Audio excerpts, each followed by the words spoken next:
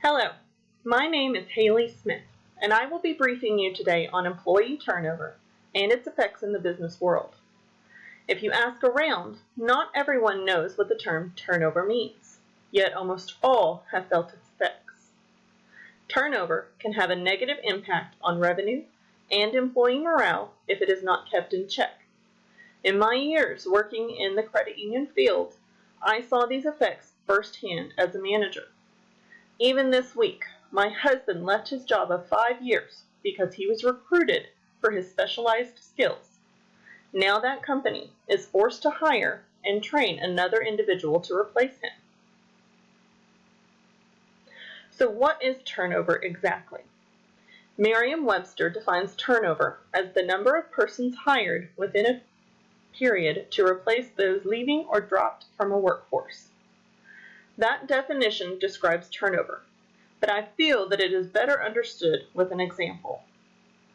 Let's say over the course of a year, a company of 10 people loses 2 employees for various reasons, and in that year, the company backfilled those positions. In this instance, the company had a turnover of 20%. You might be asking yourself, what is an appropriate turnover percentage? This depends on the industry in which you are talking about. It is not uncommon for big box retail stores or fast food chains to have a turnover of 100%. Yes, that means that these companies actually go through more employees throughout the year than they have staffed at any one time. This is a very high percentage of turnover. Yet this percentage is sometimes acceptable to businesses where employees are somewhat easy to replace. Conversely, the average turnover rate for staff at credit unions in the Arkansas, Oklahoma, and Texas region is around 19%. This number is lower, and it needs to remain low because credit union employees are more costly and difficult to replace. So why is turnover bad? The largest impact of high turnover is a negatively impacted business revenue. Employees are typically trained to perform their job functions, and when employees leave, a new person must be interviewed, selected, and trained before they can fully replace the employee that was lost. Sometimes these lost employees have valuable knowledge that cannot be easily replaced, or skill sets that are rare. Turnover can also cause low workplace morale. People work better when they have a good working relationship with their coworkers, and high turnover may cause a team to underperform. Turnover can also lead to a lower quality of service or even deteriorated products. This is due to mistakes made by new employees or understaffed and overstressed employees during the transition period. How bad does turnover affect revenue? A lost hourly employee making $8 an hour can cost a retail business between $3,500 to $25,000 to replace. In other industries that require highly skilled employees, it can cost double an employee's annual salary to replace that employee. Costs from training, job advertising, and time lost holding interviews can add up quickly.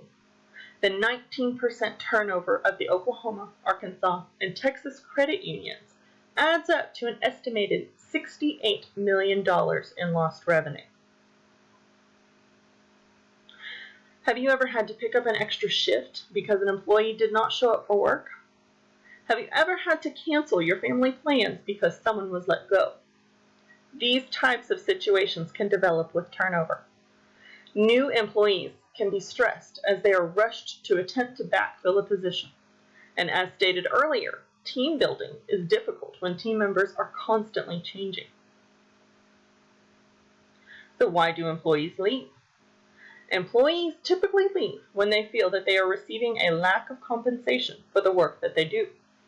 They will also leave when they feel that there is a better opportunity outside of the company for advancing their career path. Sometimes people will simply leave because they feel that they are working in a negative work environment. And lastly, others leave their jobs due to find a better work-life balance.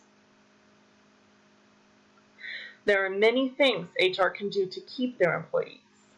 The number one thing is to offer competitive primary benefits. When this is not an option, HR can offer alternatives to primary benefits such as flexible work schedules, a positive work environment, and providing continuing education. Employees also like to feel that they are empowered and successful. A good manager can give his employees adequate freedom to feel successful in their jobs. This can increase employee morale and job satisfaction. Finally, my plan to retain employees is as follows. I would offer compensation based on a minimum of the industry standards per job role. I would also allow each pay scale to be a range so that I can give employees raises without having to give promotions. I would also encourage my employees to take training whenever possible by investing in a training budget. And to keep morale high, we would develop an employee recognition program where fellow employees and managers can recognize their coworkers for a job well done. I would also attempt to always fill positions internally to help develop a culture where people move up through the company to show company loyalty. While it is nearly impossible to have a turnover of 0, I feel that my HR plan will keep as many good employees as possible. There will always be turnover for underperforming employees that must be let go. In time, I hope to prove my HR skills and set them forth in a company of my own. Here are my references for this topic.